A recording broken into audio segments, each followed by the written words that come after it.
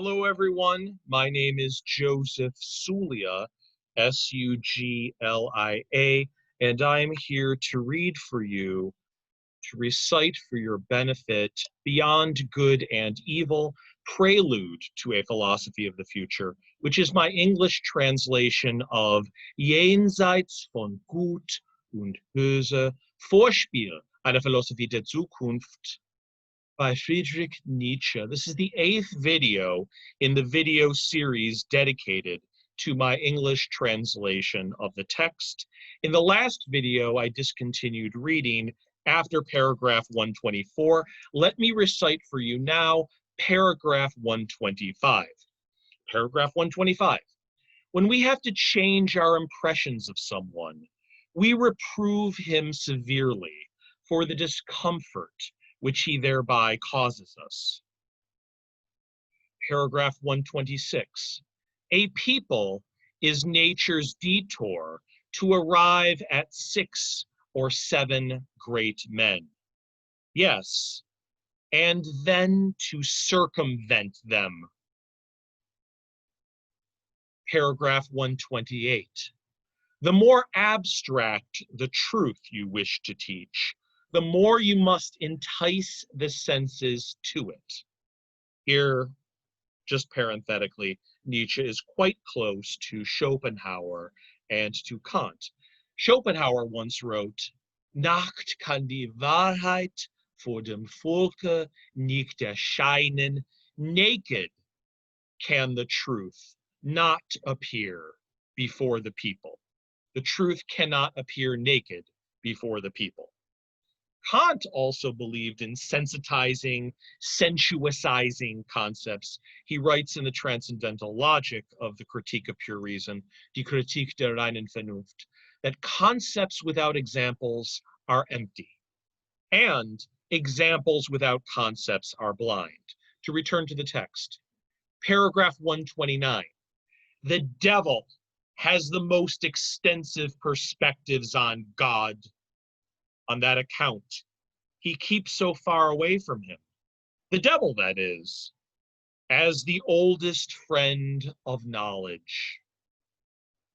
Paragraph 130. What a person is begins to betray itself when his talent subsides, when he ceases to show what he can do. Talent is also ornamentation. Ornamentation is also a form of concealment. Now, the word betray here is ambiguous, as it always is. To betray, as you might know, means to unconceal, to reveal, to show, to disclose, or to be treacherous to, right? To be faithless to. It means the same thing in the German. Verraten is the German word. Paragraph 132. One is best punished for one's virtues. One is best punished for one's virtues. Paragraph 133.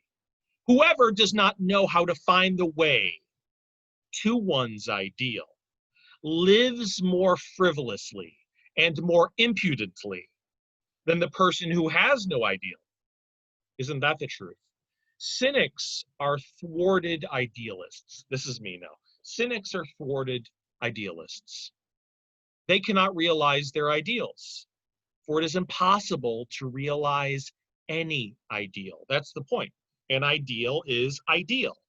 It's a form of ideality. It can never be translated into the real. This is why so many idealists denigrate themselves. They become degraded over time. They become spendthrift. They become wastrels, libertines. They lead reprobate lives all too often. There are many reprobate idealists around. How many bars are populated by crushed and stultified idealists, I wonder? So anyone who is idealistic in the modern world will hit a wall very quickly, very early. To return to Nietzsche's diagnosis of modernity, the modern world is a world of equalization, which does not mean equal rights. No, it is a flattened world. It is a world in which everyone is dragged down to the lowest possible level so that everyone will be posited as the same. Let me say that again. It is a world in which everyone is flattened, a world in which everyone is dragged down to the lowest possible level so that everyone will be posited as the same, right? Equalization here means mediocritization or idiotization, stupidification, right? Everyone is reduced to the same, and the same is the lowest possible stratum, right? Under such adverse conditions, it is extremely difficult for the intellectually gifted to germinate and to evolve. However, the intellectual flattening of the crowd will lead to the intellectual deepening of free spirits. So that's just my commentary on what Nietzsche means by this aphorism. Paragraph 134. From the senses originate all believability, all good conscience, all appearance of truth, right? I could have translated that last phrase as verisimilitude, I suppose. People are often persuaded by the sound of one's voice, aren't they? This is my commentary now on Nietzsche. People are often persuaded by the sound of a person's voice. The form of what is said and the appearance of the person who is saying it dominates the content, drowns the content of what is being said. When discussing appearances, one would do well not just to refer to the realm of the optical, right? The visual. No, the sonic, the aural, A-U-R-A-L, is also an appearance, right? Sound is also an appearance. If someone is abrasive sounding or antagonistic sounding, we are less likely to believe what that person has to say. People are so easily swayed by the way in which a speaker speaks. And if the speaker speaks unctuously and mellifluously, then they are doubly likely to believe what the speaker has to say. If the orator is at the center of the video screen, and if the orator speaks to you directly, of course, no one ever speaks to you directly. You know, the video portraitist is simply speaking to a screen, to a camera, to a web camera, as I am doing now. But if the orator is at the center of the video screen, and if the orator speaks with authority, speaks with conviction, speaks with confidence, the audience is much more likely to be swayed by the arguments that are being put forth than otherwise. The auditors are much more likely to believe what the orator is saying, in other words, if the orator speaks with the appearance of surety. I believe what I'm saying, and so should you.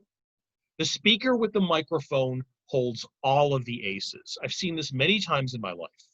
If there's a speaker at a podium, the audience is expected to laugh at all of the speaker's jokes, right? And if there is a dissident in the audience, someone who says, excuse me, I don't believe what you're saying. I have a counter argument, I have a counter opinion, that dissident will be shouted down by the audience and ridiculed by the auditors. I've seen it happen many times. We human primates, we are so shallow. We are so shallow. And most of us only feel alive when we are surrounded by a crowd of like thinkers.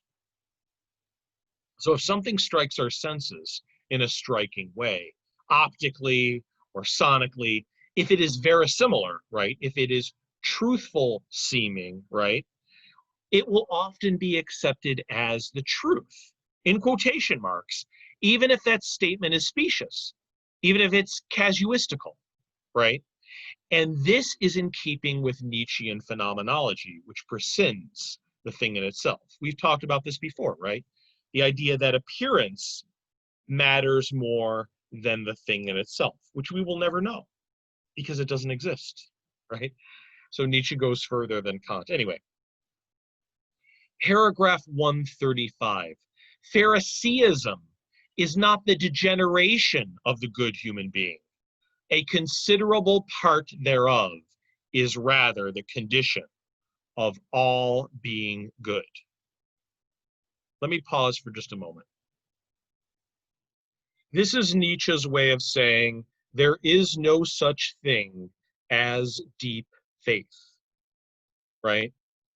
A Pharisee is someone who's only superficially dedicated to one's faith, someone who only follows the letter of the law, but not its spirit, much like in another religion, Siddhartha in English.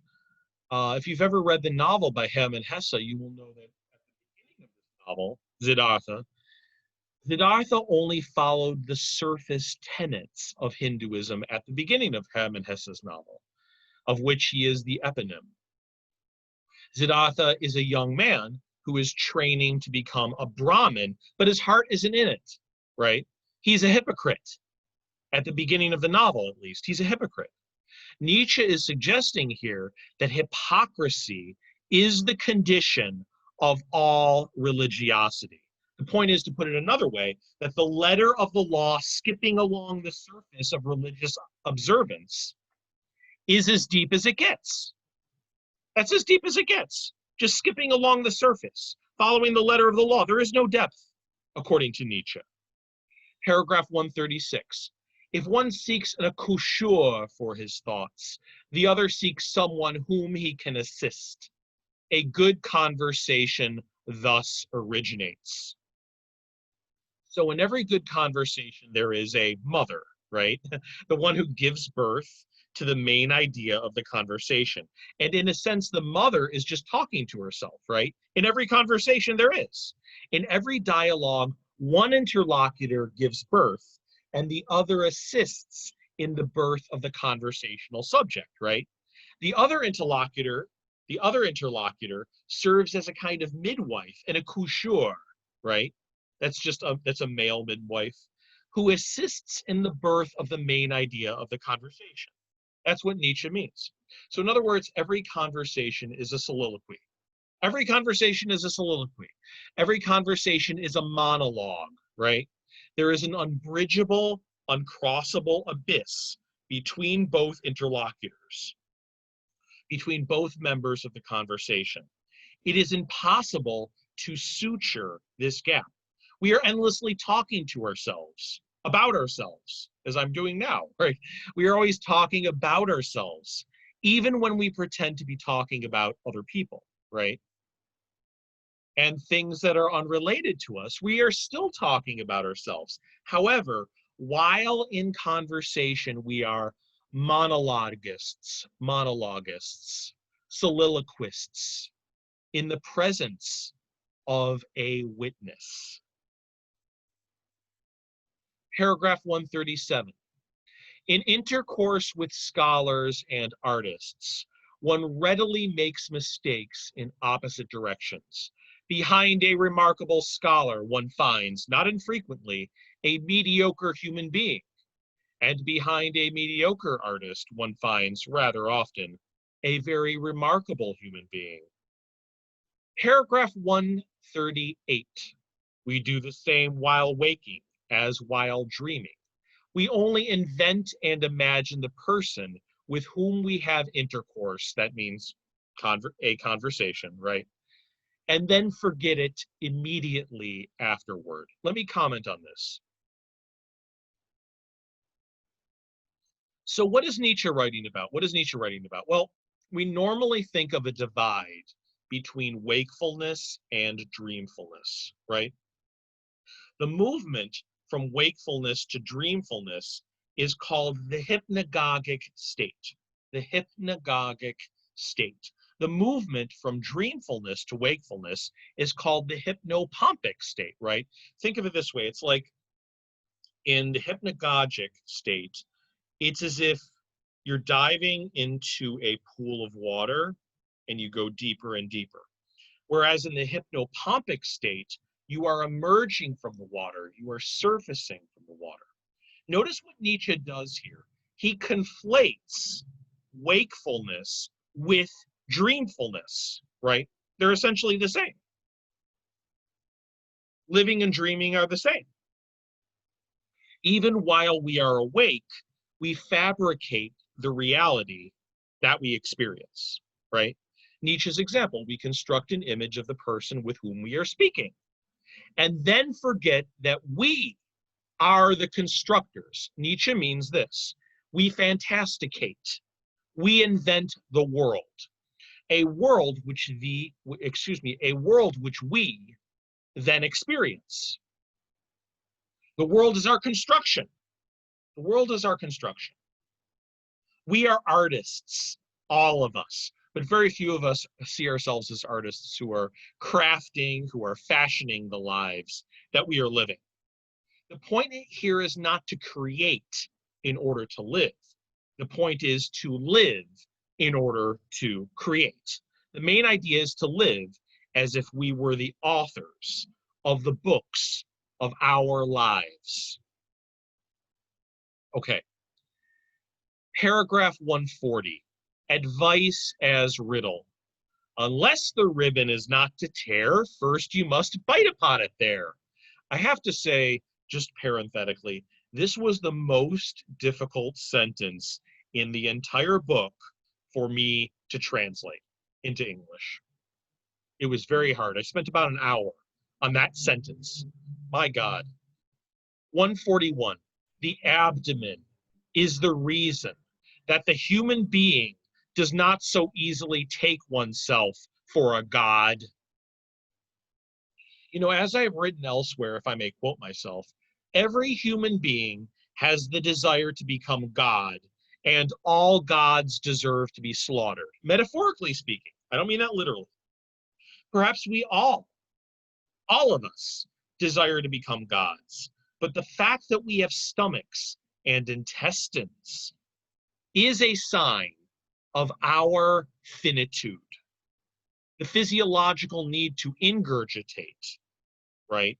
The gastrointestinal system is symptomatic of the fact that we are limited in so many ways, including our susceptibility to sickness.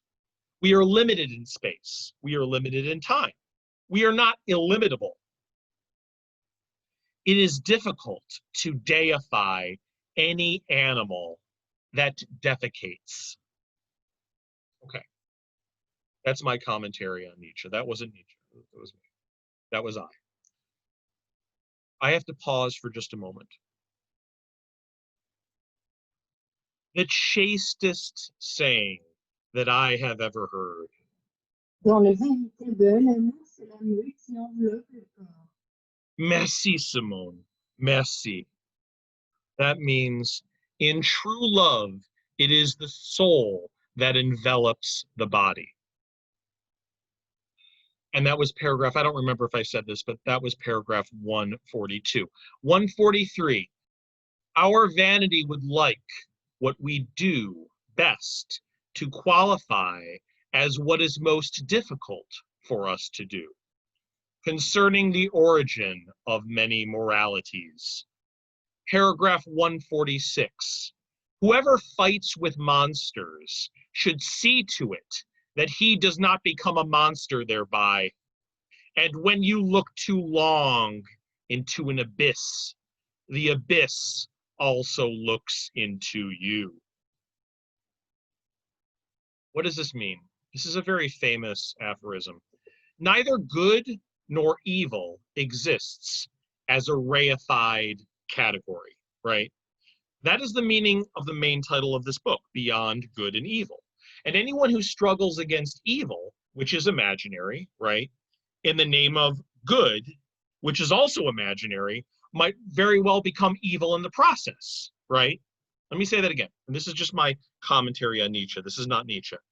Anyone who struggles against evil, which is imaginary, in the name of the good, which is also imaginary, might very well become evil in the process.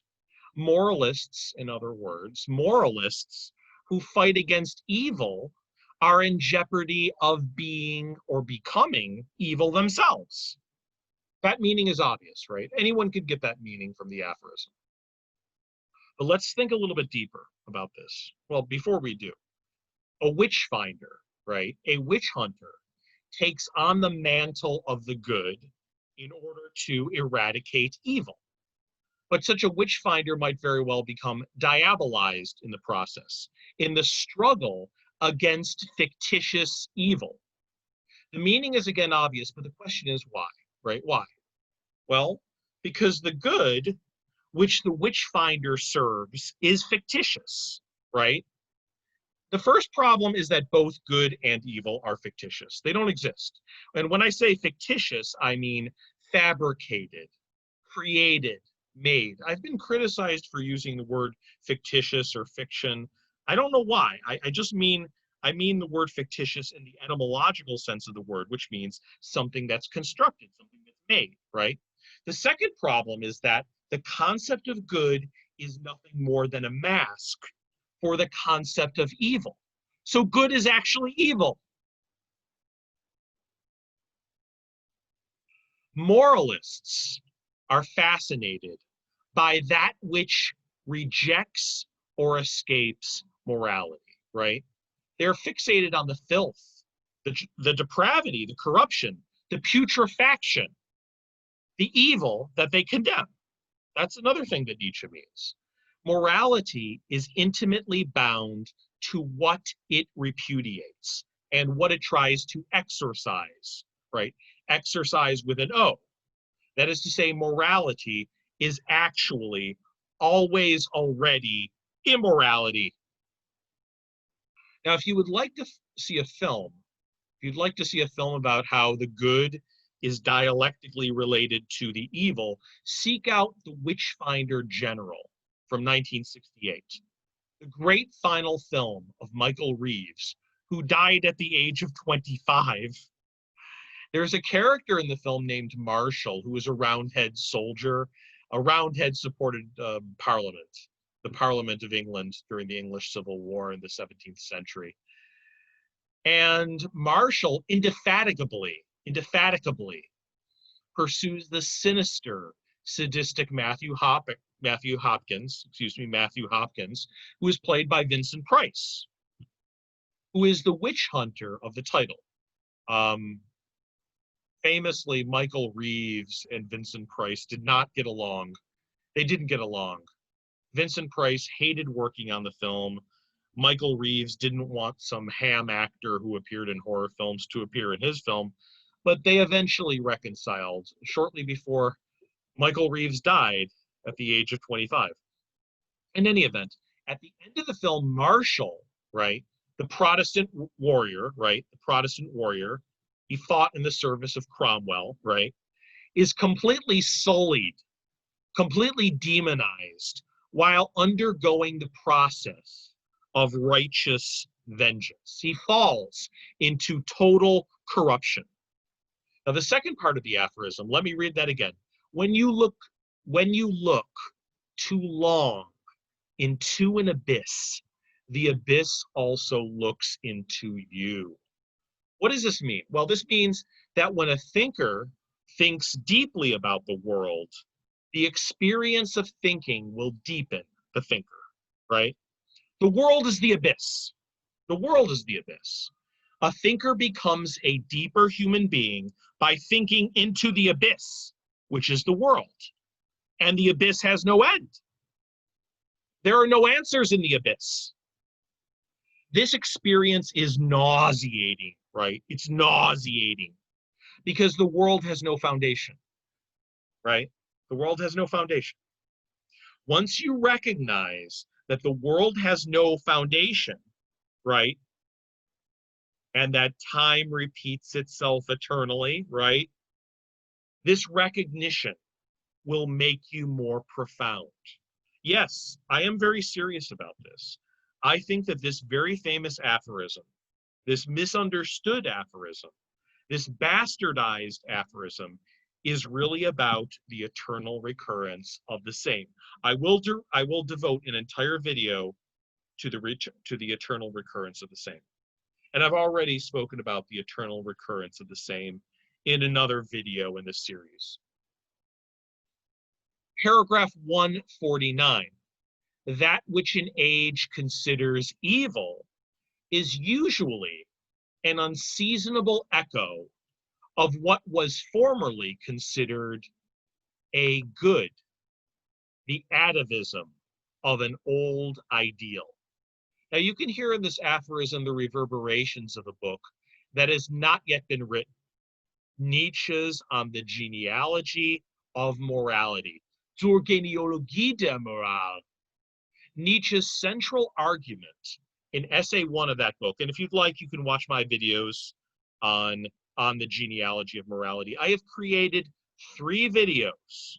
Altogether, it's about 4 hours long on the genealogy of morality. Anyway, in essay 1 of that book, right, which will be written in the following year, in 1887, is this: what Christianity considers evil was once considered good.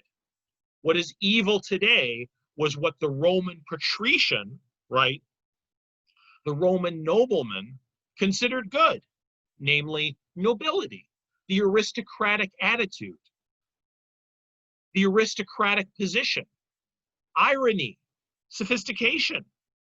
What was considered good in Roman antiquity is transmuted into evil in the Christian era, right? 150. Around the hero, everything becomes a tragedy. Around the demigod, everything becomes a satyr play. And around God, everything becomes what? Perhaps a world? Paragraph 151. Having a talent is not enough. One must also have your permission to have it. No, my friends? Paragraph 152. Where the tree of knowledge stands, there is forever paradise. So speak the oldest and youngest serpents. Nietzsche is here suggesting there is no knowledge in paradise, right? There is only the tree of knowledge. And if you eat the fruit that grows on the tree of knowledge, you will be evicted from paradise and forced into a broken world. And you will live in a slum of knowledge. But at least you will have your liberty and your critical thought. This is not what I am saying. This is just my interpretation of what Nietzsche is suggesting. Paragraph 153. What is done from love always takes place beyond good and evil. Paragraph 154. Objection, evasion, cheerful mistrust, love of mockery are signs of health. Everything unconditional belongs to pathology. 155. The sense of the tragic increases and decreases along with sensuality. Could it be that Nietzsche is alluding to old age, to senescence at this point? When one enters senescence, one really doesn't have a tragic vision of the world anymore. And, well, you know the rest. 156. Insanity in individuals is something rare, but in groups, parties, people, ages, it is the rule. My goodness, that is accurate. 157. The thought of suicide is a strong means of consolation. By means of it, one gets through many a bad night. 158. To our strongest impulse, the tyrant in us truckles not only our reason, but also even our conscience. 159. One must repay good and bad. But why just to the person who did us good or ill? 160. One no longer loves one's knowledge sufficiently as soon as one has communicated it. One no longer loves one's knowledge sufficiently as soon as one has communicated it. Right, because language is debasement, right? We've talked about this before. 161. Poets are shameless with their experiences. They exploit them. Right, they exploit them. They parlay them, right? 162. This is a quotation. Our fellow is no longer our neighbor, but rather the neighbor of the neighbor. End of quotation. Every population thinks this way. 163. Love brings to light the highest and concealed traits of a lover, his rare traits, his exceptional traits. By virtue of this fact, love deceives us as to what is his rule.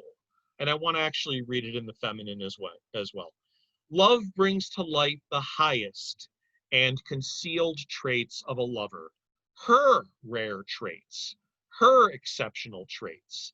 By virtue of this fact, love deceives us as to what is her rule.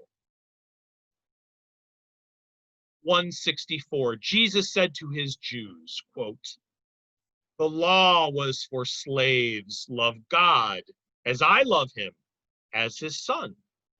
What do the sons of God care for morality? That's very profound. That's very profound. 165. With respect to every party, a shepherd always has need of a bellwether, or he must occasionally be his own weather. That's not a word, but it should be one. That's W-E-T-H-E-R. Let me read it again in the feminine. 165, with respect to every party, a shepherdess or a shepherd always has need of a bellwether, or she must occasionally be her own weather. 166, one might very well lie with the mouth, but the jaws nonetheless tell the truth. 167, to severe people, intimacy is a matter of shame and something precious. 168, Christendom gave Eros poison to drink. He indeed never died of it, but instead degenerated into vice. 169, talking about oneself a great deal can also be a means of concealing oneself, of course, right? This is my commentary.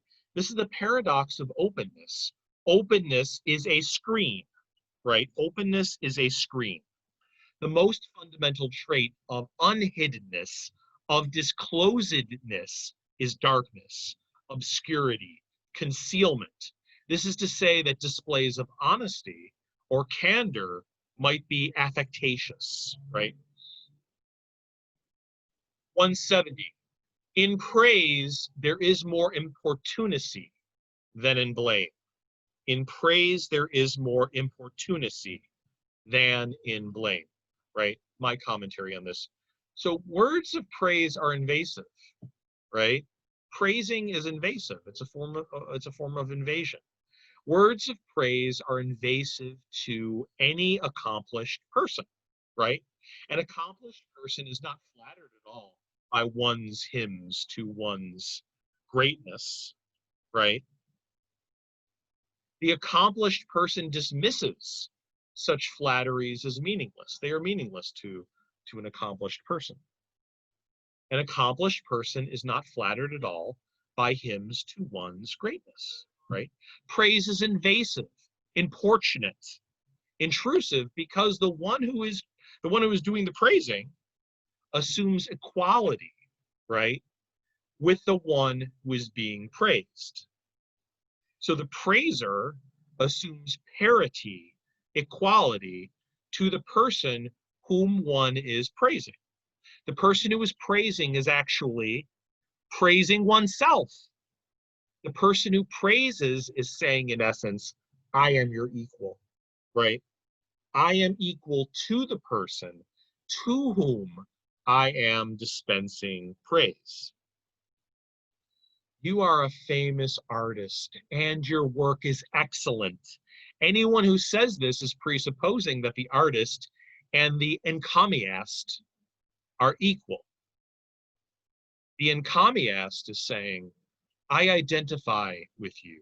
I am as great as you are because I recognize your greatness.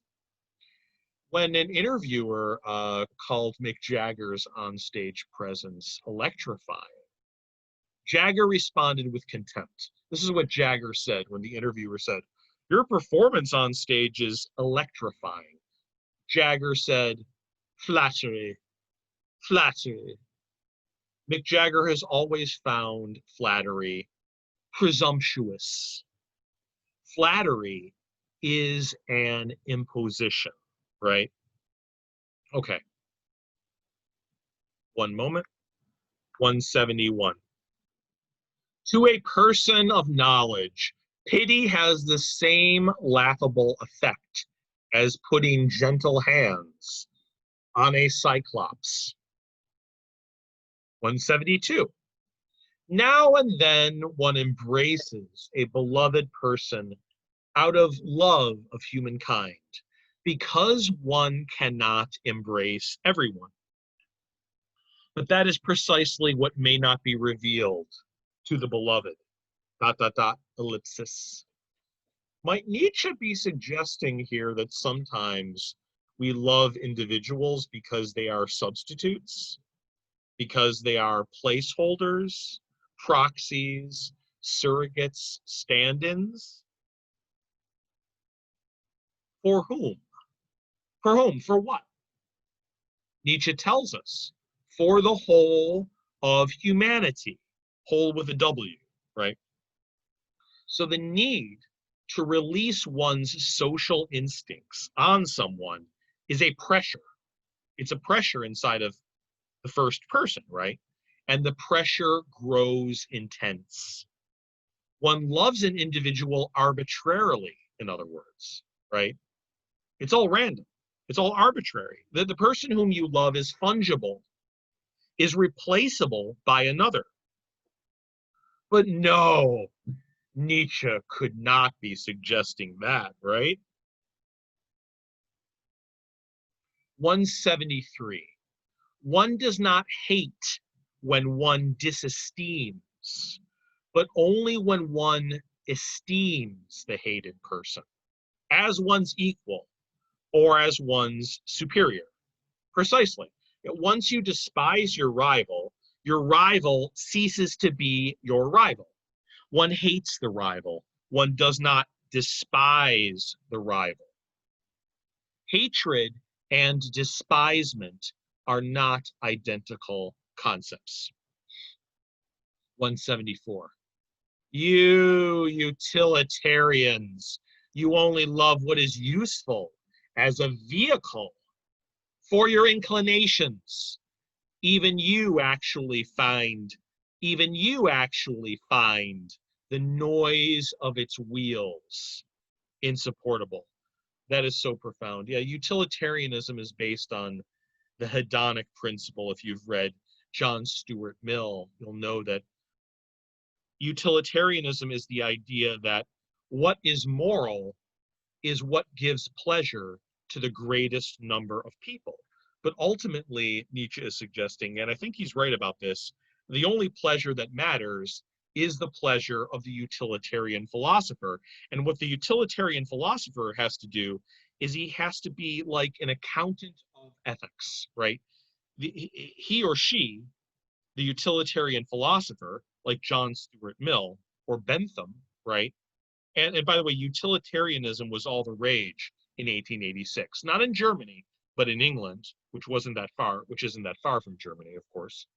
But if you're a utilitarian, you have to calculate the number of people who will be the beneficiaries of a so-called ethical action.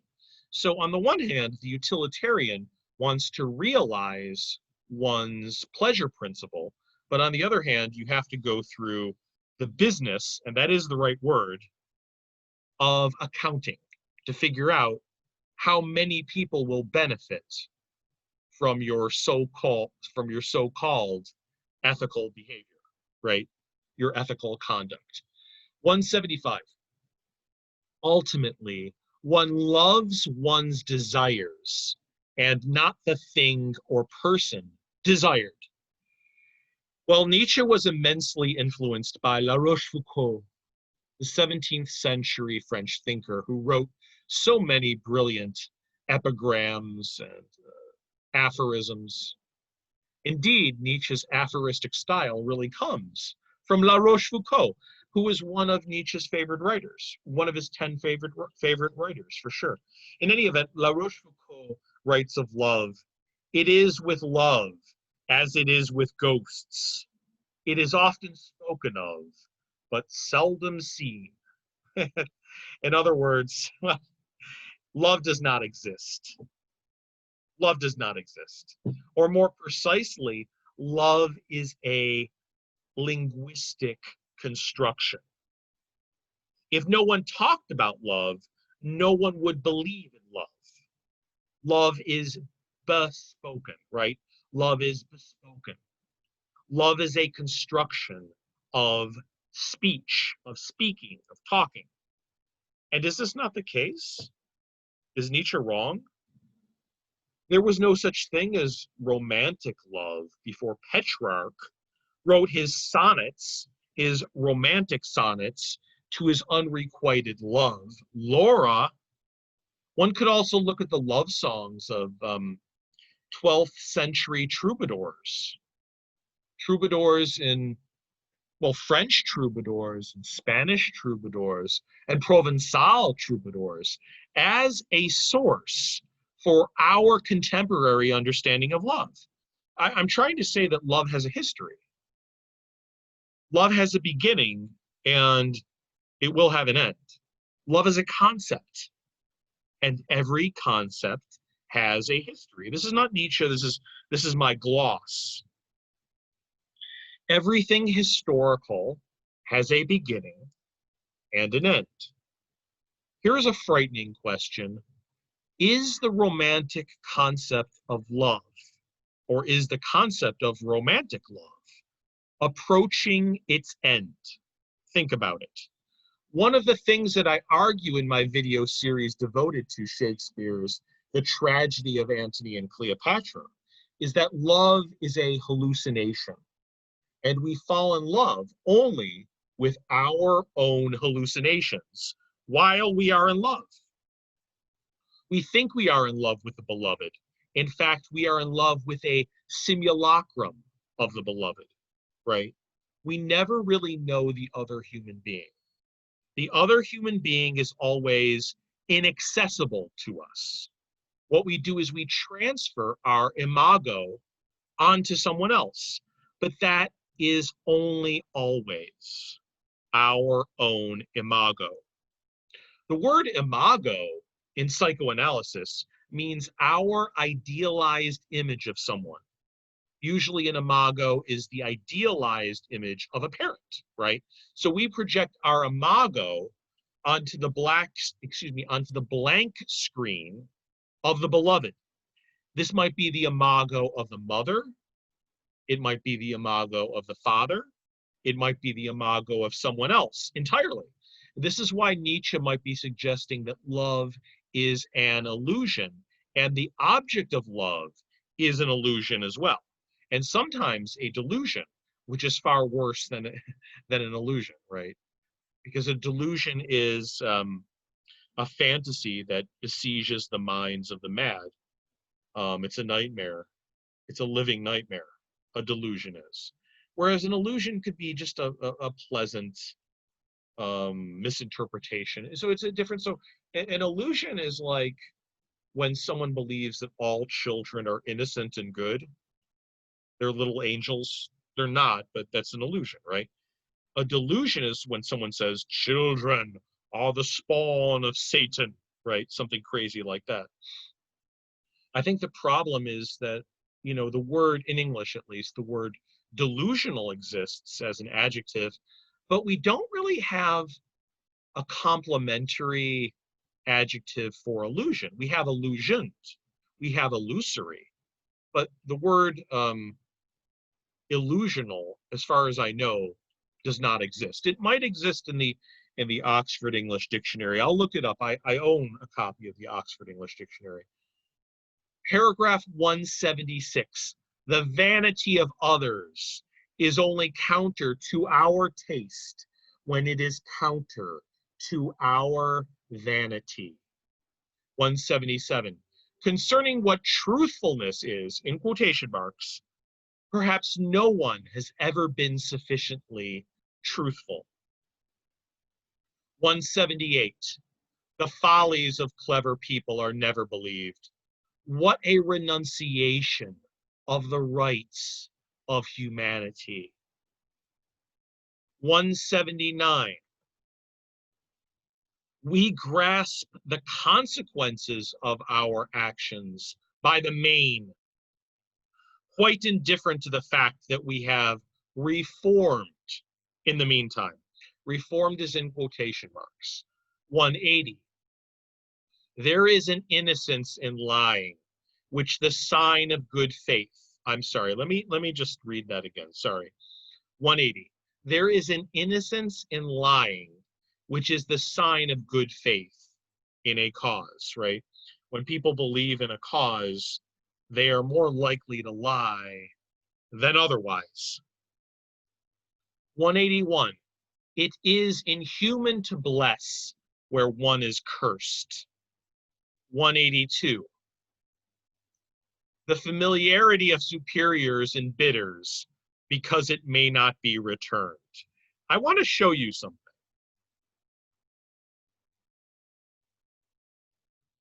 Well, I hope you like this because I spent $200 plus shipping on this book. This is a book by Roland Topor. I have the dust jacket, but it's in a different location. And I always remove the dust jackets from books. I don't like dust jackets, but I've kept this one because the book is so rare. This is a book by Roland Topor. Strangely, his first name is not on the title page. Stories and Drawings, published by Peter Owen in London. Why is his first name not represented? There is a story in this book on page 15. This book has been long out of print, and it was only published, very few copies of this book were published from what I understand. Here is the story I was alluding to. The Blue-Eyed Boy by Roland Topor, the great French writer. I want to talk about this story for just a bit because it is relevant. So this might be an obscure reference to an obscure author. He's one of my favorite authors, though. But this aphorism reminds me of a short story by Roland Topor, the great French writer Roland Topor, entitled, again, The Blue-Eyed Boy. It is one of the most disturbing stories that you could possibly read. It's about a young man who works in an office. He only has one arm, and he finds that his boss is being excessively, suspiciously sweet to him. His boss brings him candy, his boss brings him champagne, and is always asking how the boy is doing. So the boss gives the blue-eyed boy a raise, even though the boy is a fairly new employee, which of course exercises the boy's colleagues and galvanizes their resentment toward him. And the boy wonders, is this all some kind of stratagem? Is this some plan to get my colleagues to hate me? The boy is naturally suspicious of his boss and is wondering, why is my boss giving me special treatment? The other employees in turn wonder, why is our employer lavishing such attention on this blue-eyed neophyte and not upon us, right? So the awkward position into which he is thrust, into which the blue-eyed boy is thrown, is this. The blue-eyed boy cannot return the familiarity or the generosity which is shown to him by his superior, which places him in a relation of one-sided dependency on his institutional superior. Such graciousness embitters the subordinate because the subordinate does not have the power to reciprocate the graciousness. Now, exceptions are made for the subordinate, but the subordinate is not permitted to make exceptions for his superior because there is an inequality there. a power relation, right? Could this relationship, it's a Nietzschean will to power, right? Could this relationship be replicated in the relationship between parent and child? I think so. I mean, there certainly are parents who are excessively friendly toward their children, which generates endless problems for the child. The child grows resentful toward the parent when the parent is overly chummy and palsy toward the child, perhaps because the child knows or pre-knows that the intimacy is insincere and may be revoked at any moment, right? Because the child knows I could be punished. The employee knows I could be fired. Now, I don't know if you've seen this film, but in the 1999 film American Beauty, the father, Lester Burnham, addresses his daughter, who is played by Thora Birch, as Buddy. He calls Thora Birch, his daughter, Buddy. Such familiarity could only breed contempt and could only cause disturbances in the father-daughter relation. And it does manifestly in the film. Paragraph 183. I am shaken, not because you lied to me, but because I no longer believe you. To comment, yes, of course, because now I have to rethink you, right? I have to think, and thinking causes me discomfort. I have to revise my impressions of you, right? It's not that you've deceived me. What you've done is you've placed me in the discomforting position of having to rethink you. That's the point, right? I have to rethink you, and that causes me distress because thinking causes me distress. There is no such thing as underthinking, and many of us I'm sorry. Of course, there is such a thing as underthinking, right? And many of us underthink, perhaps from a fear of thinking, for thinking does often cause discomfort. 184. There is a haughtiness of goodness which takes on the appearance of wickedness, right? Remember, the good, the self-appointed, the self-anointed, the self-proclaimed, the self-declared, soi-disant good that campaigns against evil takes on the appearance of wickedness. That remember the aphorism about the abyss looking into you. Paragraph 185. I don't like it. Why? I am not equal to it. Has ever a person answered this way? Well, there you go. We have finished this section. That was rather enjoyable. I hope that you enjoyed yourselves.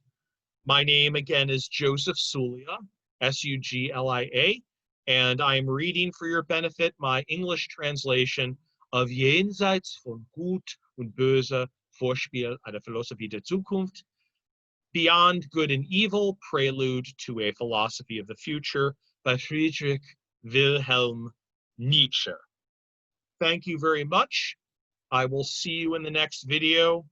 Well, I won't see you, but you will see me. Signing off and signing out. Be sure to watch video 9, which is right there, or over there, or over there, or somewhere else.